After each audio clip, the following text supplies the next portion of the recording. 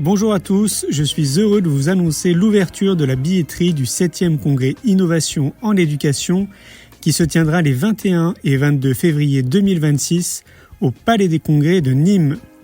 10 conférences, 40 exposants, 16 ateliers participatifs et plus de 650 personnes qui viennent de la France entière.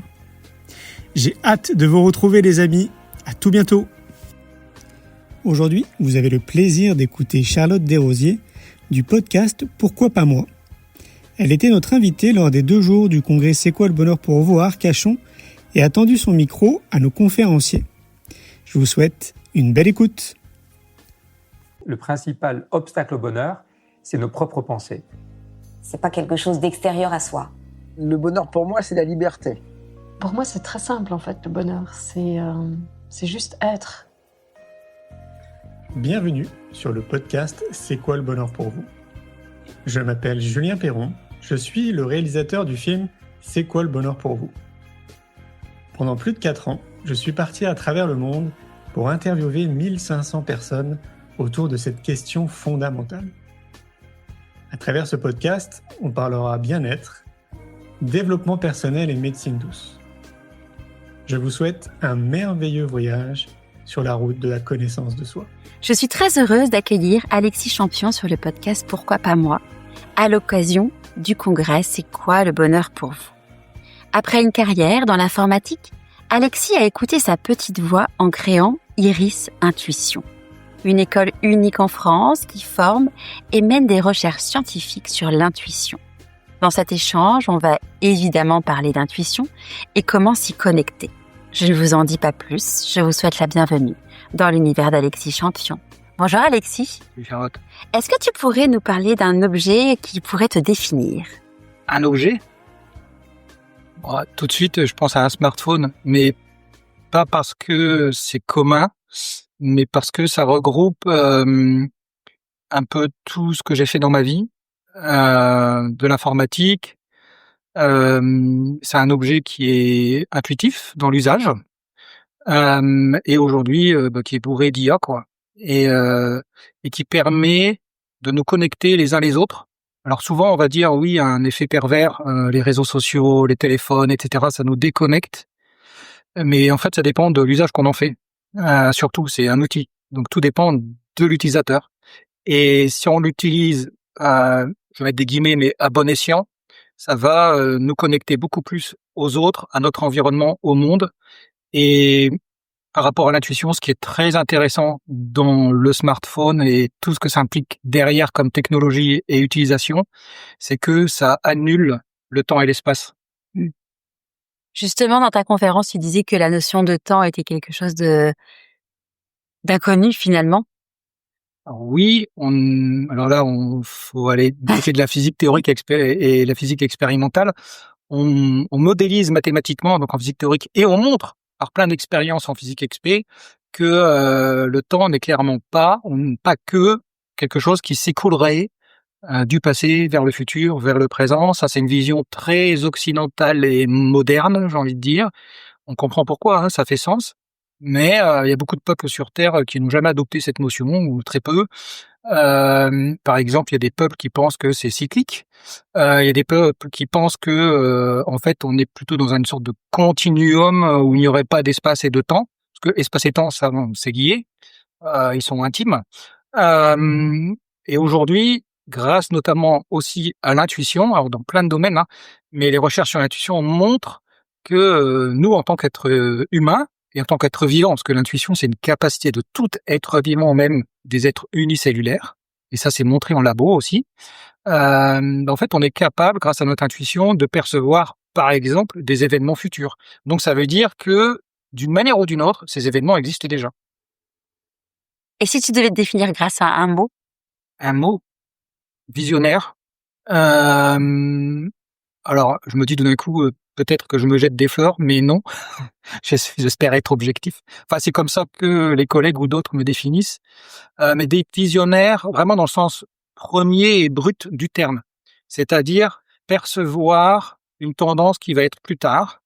Et typiquement, moi, ça m'est arrivé il y a 17 ans, quand je me suis dit, Et c'était une intuition, hein, clairement. J'ai encore le vécu interne, etc. Il y a des gens qui vont venir en formation, suivre des formations sur l'intuition, et il y a des entreprises qui vont venir nous voir dans une boîte qui n'existait pas encore. Les entreprises qui vont venir nous voir pour qu'on mobilise notre intuition pour répondre à leurs problématiques. Et en fait, c'est en ayant cette idée, lors d'une conférence où j'écoutais un confrère en fait américain et où il présentait de la recherche fondamentale quelque part. Je suis parti dans l'application finale et je me suis dit ok, ça va cartonner, et ça m'a tellement impacté que j'en ai pleuré sur le coup. Et voilà, ça fait 17 ans qu'on existe. Ta conférence, le thème, c'était développer son intuition, cela s'apprend. Alors donc, tu as parlé déjà de ce que c'est que l'intuition. Elle nous vient d'où, cette intuition, selon toi? Alors, de partout et de nulle part, parce que l'espace, fondamentalement, ça n'existe pas. Alors à la fois, ça existe, ça n'existe pas. Hein, mais fondamentalement, au niveau subatomique, ça n'existe pas. Mais nous sommes des êtres humains. Hein. Donc on est à une échelle, on va dire, macroscopique. Néanmoins, on voit en expérience et par les exercices et la pratique, notamment lors de formation, mais dans la vie quotidienne, on peut vivre des choses qui sont ailleurs et on les vit à l'intérieur de nous. Donc c'est une partie de la réponse, mais fondamentalement, de nouveau, la réponse la plus adaptée, c'est que c'est à l'intérieur de nous. Et d'ailleurs, l'étymologie du mot intuition, qui vient du latin, ça veut dire percevoir attentivement à l'intérieur de soi. Donc les anciens savaient très bien de quoi ils parlaient. Est-ce qu'on peut décrire un mécanisme de l'intuition? Oui. C'est un phénomène, en fait. Donc il y a une phénoménologie, c'est-à-dire que l'intuition va s'exprimer en nous d'une certaine manière et pas d'une autre. Ça, on connaît très bien. Tout d'abord, alors il faut poser une intention. Alors cette intention peut être consciente ou inconsciente. Mais si on le fait consciemment, c'est-à-dire qu'on va poser une intention qui est de percevoir quelque chose, d'avoir de l'information, parce que la définition de l'intuition, c'est que c'est une information, hein, une connaissance. Donc on va poser l'intention d'obtenir une information sur quelque chose, qui peut être un objet, un lieu, une personne, un événement, peu importe. Et ce qui va se passer aussitôt, c'est que dans notre corps, ça va générer des micro-mouvements. Par exemple, le cas classique, c'est j'ai la chair de poule, le ressenti des tripes, etc. Alors bien sûr, ces phénomènes peuvent se passer dans d'autres moments vécus qui ne sont pas intuitifs, mais l'intuition va s'exprimer aussi de cette manière. Et une fois que donc elle s'est exprimée dans notre corps, et c'est dans tout notre corps, hein, même si on conscientise par exemple que la chair de poule, ça va être partout. Et ensuite, si on va plus loin, si on la laisse s'étendre ou s'expandre, j'ai envie de dire, à l'intérieur de nous, elle va s'exprimer de manière multisensorielle. C'est-à-dire qu'on va avoir des couleurs, des formes, des sons, des odeurs, etc. On va pas forcément tout conscientiser, mais l'apprentissage, il va nous aider à tout conscientiser. Et si on la laisse continuer, elle va nous donner des idées. C'est-à-dire que ça va passer du sensoriel à l'abstrait, au concept. Et c'est là où on entre vraiment à plein dans un acte créatif, en fait. Hein. Des nouvelles idées en rapport avec l'intention qu'on a posée au départ. Donc du coup, ça veut dire qu'on peut avoir l'intention d'avoir son attention tournée vers d'être toujours ouvert? Alors oui, on peut avoir l'intention de conscientiser au max tout ce qu'on vit intuitivement. Oui, clairement, on peut. Ensuite, faut gérer quoi. C'est comme si on se disait tout ce que je perçois dans mon environnement immédiat, je vais en avoir la conscience. Le cerveau, en fait, il explose. Ouais. Et c'est pour ça d'ailleurs qu'on ne le fait pas. Hein. Est-ce que selon toi, donc tu dis qu'on a tous de l'intuition, mais est-ce qu'on a tous la capacité d'avoir le même niveau d'intuition? Alors c'est exactement comme n'importe quelle autre discipline ou domaine. Moi j'aime beaucoup l'exemple de la musique, parce que j'aime beaucoup la musique, mais je ne suis pas Mozart. Par contre, donc il y a des gens qui sont très doués en musique, de naissance, on va dire, ou presque. C'est un phénomène un peu mystérieux, mais voilà. Et dans l'intuition aussi. Ça peut être vrai à la course aussi, par exemple. Néanmoins, même si je ne suis pas Mozart, ni Usain Bolt, je vais être capable de progresser très fortement si je bosse. Et si je sais comment bosser et quoi bosser. Donc la méthodologie, la connaissance du domaine, si on me l'enseigne, si je l'apprends et si je pratique, je peux devenir très fort comparativement à la personne moyenne, on va dire. Et par exemple, en musique, j'ai aucun doute que à peu près n'importe qui, j'en suis certain, enfin c'est une évidence, va pouvoir par exemple composer de la musique. Pourquoi le sujet de l'intuition te tient tant à cœur? Parce que, alors ça c'est remonte aux fondamentaux de pourquoi Iris existe et c'est lié à mon à ma vie professionnelle. Pourquoi l'intuition me tient à cœur? Parce que on est dans une civilisation, on est en train de sortir de ça petit à petit, tout en étant de plus en plus dedans. Je vais expliquer pourquoi. On est dans une civilisation qui est à fond dans l'intellect, le raisonnement, notamment avec les machines, les robots, les logiciels. Aujourd'hui, on parle beaucoup d'IA. Toute l'informatique n'est pas de l'IA, mais l'IA va notamment simuler l'humain, hein, donc c'est intéressant, on va dire, à plein de niveaux. Et donc, il y a 17 ans, quand Iris a été créé, l'intention de départ, la profession de foi, comme on dit, hein, pour une boîte, c'était de montrer à qui voulait regarder et pratiquer que nous ne sommes pas des machines biologiques. C'est-à-dire, c'est une notion qui est très commune dans notre civilisation occidentale. Or, c'est totalement faux et c'est très facile à montrer, bien que on voit ça assez régulièrement dans les bouquins, à la télé, etc.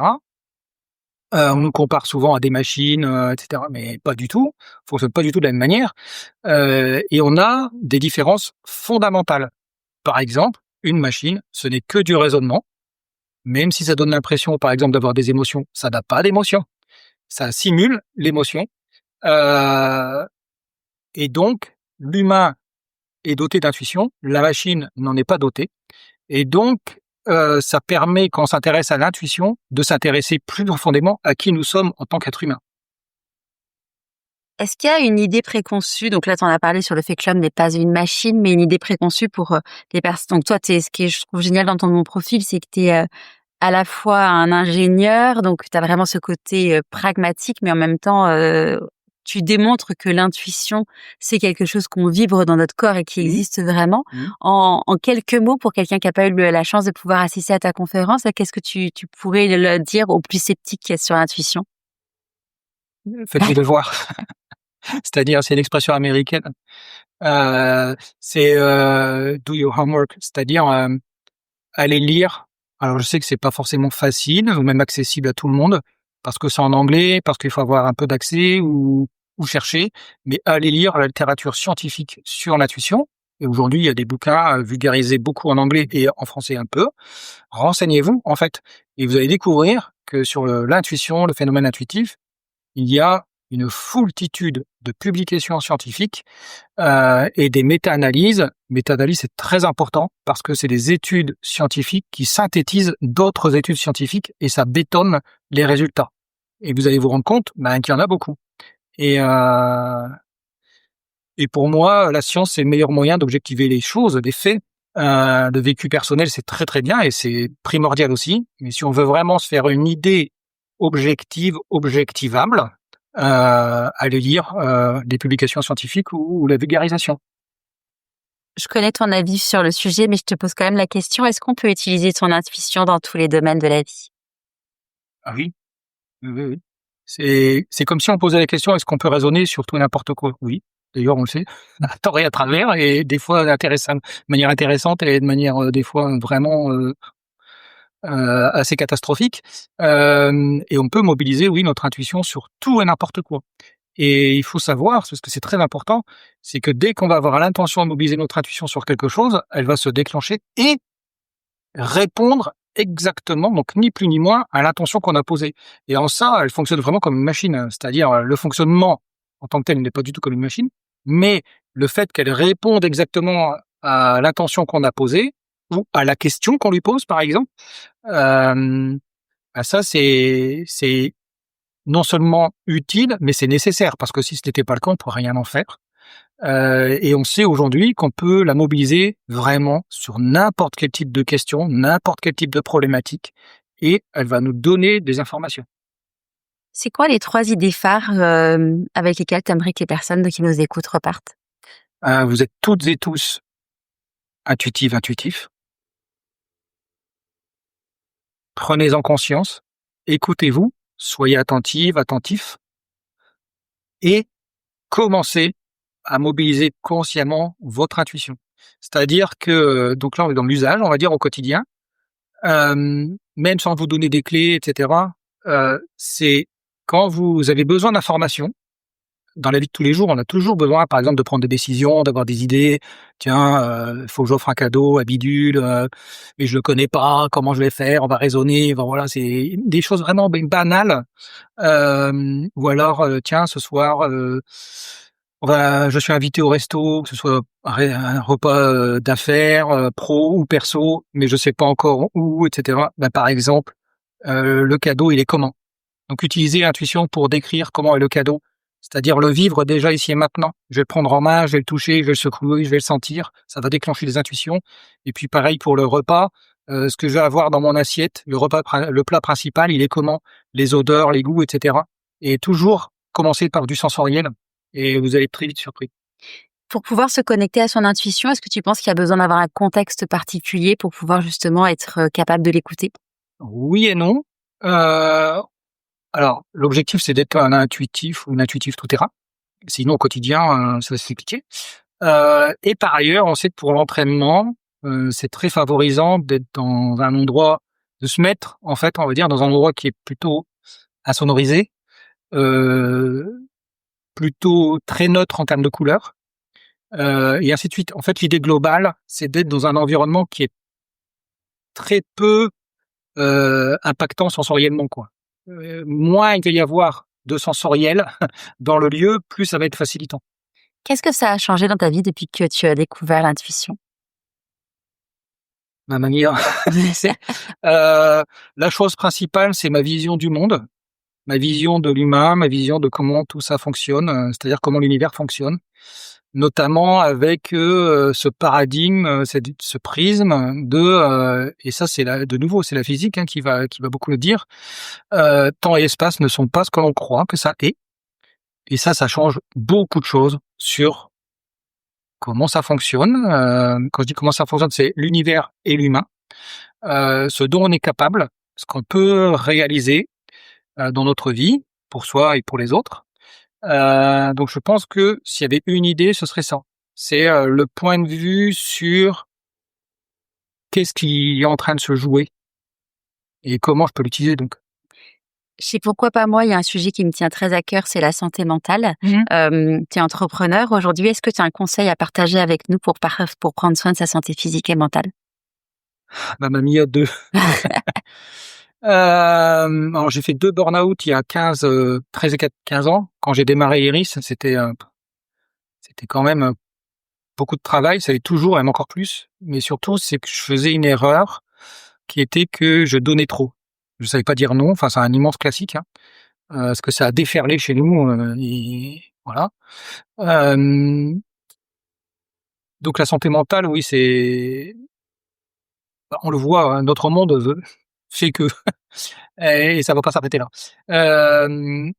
Donc les conseils, c'est d'être le plus possible, je vais rebondir un peu sur ce que je dis avant, mais l'intuition génère ça, c'est-à-dire être le plus possible à l'intérieur de soi et le plus possible dans l'instant présent. Parce qu'en fait, il y a que l'instant présent et tous les instants sont des instants présents. Et ils sont tous présents. Et en même temps, pourquoi pas être encore hier et déjà demain. Alors quand je dis hier, ça peut être il y a 10 ans et dans 10 ans. Et donc c'est ni plus ni moins, c'est une façon de le dire, mais on peut vraiment percevoir, c'est prendre de la hauteur par rapport à la situation dans laquelle on est. Et ça change tout en fait. J'ajouterais quand même quelque chose qui est important. L'usage, la pratique, la compréhension, la mobilisation de l'intuition fait que, et ça j'ai notamment apporté ça dans la conférence, c'est que ça accroît énormément la sérénité. Et donc, ça va jouer fortement sur la santé mentale. Ça m'a beaucoup parlé parce que j'ai fait un burn-out aussi. C'est ce qui m'a donné envie de créer Pourquoi pas moi. Et aujourd'hui, j'accompagne les personnes avec un programme qui s'appelle le bilan de compétences et de besoins. Et justement, je les aide à se connecter à leur intuition. Je leur parle de synchronicité. Et parfois, c'est vrai, les gens me disent que c'est un peu perché. Justement, dans la conférence, tu as parlé de synchronicité en disant que c'était quelque chose qui avait été prouvé, démontré. Oui, c'est facile. C'est même très facile de générer des synchros à volonté. C'est toujours pareil. Si on ne le sait pas, on ne le sait pas. Et Et donc, je vous le dis, oui, on sait comment faire. Et ça peut même être tellement banal qu'on s'en fiche en fait après. Quand je dis ça, c'est en condition de labo. Hein. Et oui, il y a des publications scientifiques sur ça. On peut attaquer le sujet de plein de manières différentes. Et l'intuition va systématiquement, l'usage de l'intuition va systématiquement générer des synchros. Et ça fait que ça accélère ou raccourcit le chemin de vie, on va dire ça. Et c'est ce qui me fait moi dire, j'aime bien ça, c'est l'intuition, c'est un outil de fainéant. Et ça aussi, ça joue sur la santé mentale, entre autres. Et on dépense moins d'énergie, on est plus focus pour réaliser les choses qu'on a envie de réaliser. Et clairement, ça n'a rien de perché. De nouveau, faites vos devoirs. C'est quoi le bonheur pour toi, Alexis Champion? Alors, c'est la définition. C'est un état de conscience pleinement apaisé, etc. Donc, ça rejoint vraiment beaucoup, de nouveau, merci de la question sur la santé mentale. Et ça fait écho au fait qu'on est en train de vivre la vie qui nous correspond profondément. Alors, c'est des mots qui veulent pas dire grand-chose, quelque part, si on gratte un peu la surface. Mais c'est pas grave, tout le monde comprend ce que ça veut dire quand même. Voilà. D'ailleurs, ça veut dire quoi pour toi, être aligné? Rien du tout. C'est un mot qui n'a aucun sens pour moi d'un point de vue formel. J'arrive à comprendre à peu près ce que ça pourrait être d'un point de vue métaphorique. Donc je vais le traduire dans des mots qui sont plus formalisés pour moi et qui permettent de les manipuler et de comprendre. Je vais le dire en rebondissant. On peut le faire de plein de manières, mais je vais rebondir sur ce que j'ai dit avant. Toute ma vie existe, a toujours existé, existera toujours. Alors en ce moment, en vous parlant, j'ai surtout conscience de ce moment-là, mais c'est un point de vue qui est assez subjectif en fait. Être aligné, c'est ici et maintenant d'avoir les intentions et d'avoir le vécu en retour de comment était ma vie avant et comment aller plus tard. Être plus conscient et au maximum conscient, maximum, je vais des guillemets, de la trajectoire de vie. À quel moment dans ta vie tu t'es dit pourquoi pas moi? À plein de moments. Je crois que le moment le plus important, après ça c'est de l'anecdote, hein. Tu veux de l'anecdote? Si tu veux. C'est alors j'ai une passion immense pour le blues rock et notamment pour un groupe qui s'appelle ZZ Top et qui sont au Texas des dieux vivants. Enfin ils ont cartonné en France dans les années 80, 90, mais aux États-Unis ça c'est toujours. Et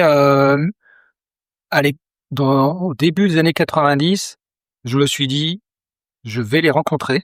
C'était mon rêve le plus fou. Je vais les rencontrer, je vais appeler. Et je me suis dit, pourquoi pas moi? Et je me suis retrouvé quelques semaines plus tard au Texas, à Houston, à les rencontrer et à enregistrer avec eux en studio.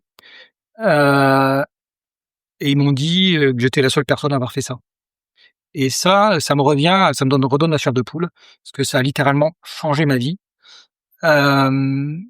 Et d'ailleurs, j'ai appris plusieurs années plus. Alors après, je les ai vus plein de fois, etc. Mais Billy Gibbons, qui est le guitariste, dans une interview, a dit à une question, mais comment vous créez? Il a dit, je pose l'intention. C'est comme si je faisais un numéro et j'ai le bon truc au bout du fil. Et c'est exactement ça, en fait. Hein. Quelle est la phrase que tu aimerais que chacun se répète le matin?